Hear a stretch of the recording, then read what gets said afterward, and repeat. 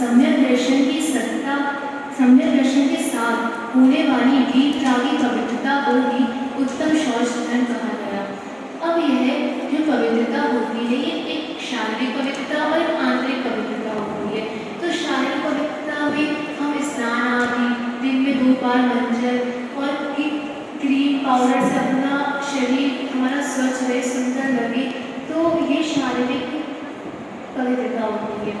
और उसके बाद आंतरिक पवित्रता में अपनी आत्मा को पवित्र करना, वह आंतरिक पवित्रता है। अब ये पवित्रता क्या है? पवित्रता किसका नाम है? तो जब अगर कषाय की दृष्टि से चर्चा की जाए तो लोभ के अभाव का नाम पवित्रता कहा, अर्थात लोभ के अभाव का नाम शौच कहा। जो शौच धर्म का विरोधी लोभी कषाय को कहा गया है। लोभ पाप का बाप है। ये लोभ पाप का बाप है क्योंकि इस जगत में ऐसा कौन सा पाप है जिसे लोभ नहीं करता? हिंसा, झूठ, चोरी, कुशील, परिग्रह, लोग 5 प्रकार के पापों को करता है और इसलिए लोभ को पाप का बाप कहा है। अब पंडित डोरनमल जी लिखते हैं कि जब इसके लोभ कषाय उत्पन्न हो तब इष्ट पदार्थ के लाभ की इच्छा होने से उसके अर्थ अनेक उपाय सोचता है। क्या?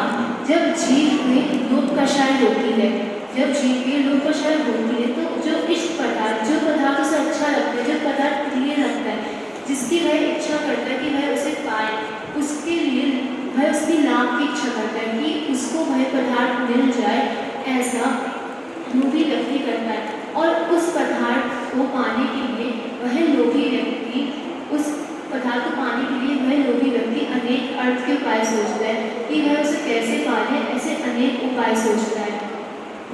वह लोभी व्यक्ति उसके साधन वचन बोलता है, शरीर की अनेक चेष्टा करता है, बहुत कष्ट सहता है, सेवा करता है, विदेश भी जाता है और कभी कभी तो मरण हो जाए ऐसा कार्य करता है।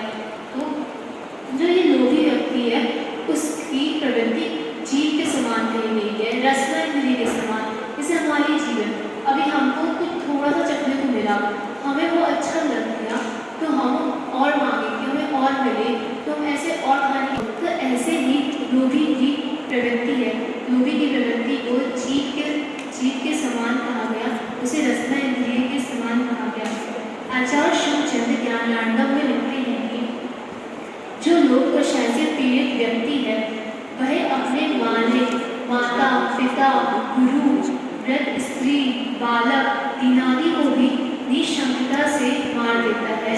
क्यों? धन प्राप्त करने के लिए। क्या कहा कि जिस व्यक्ति को लोभ की आवश्यकता होती है, जिसे धन की आवश्यकता होती है, वह व्यक्ति किसको? वह अपने माता, पिता, गुरु, बालक सबको मार देता है। अगर आज आप देखिए, यहाँ पे सब न्यूज़पेपर तो पढ़ते होंगे, तो न्यूज़पेपर में 40% अगर न्यूज़ देखी जाए तो कैसी न्यूज़ आती है कि आज भाई ने दूसरे भाई की हत्या कर दी। क्यों? जायदाद के लिए। आज बेटे ने माँ की हत्या कर दी क्योंकि माँ पेपर्स पे साइन नहीं कर रही थी। तो न्यूज़पेपर में आज तो यही आता है कि माँ इसने इसको मार दिया, भाई बहन ने इसको मार दिया। क्यों? सिर्फ धन जायदाद के लिए। कि जो पैसे का लोभी व्यक्ति होता है वह सदा जोड़ने में लगता है, भोगने का तो उसे समय ही नहीं मिलता। क्या कहा कि जो पैसे का लोभी व्यक्ति है वह जोड़ता ही रहता है। हम है बैंक में अपने पैसे जाके जमा कर देते हैं, क्या वह पैसे हमें अगले वक्त में मिलेंगे? क्या वह पैसे हमें अगले वक्त में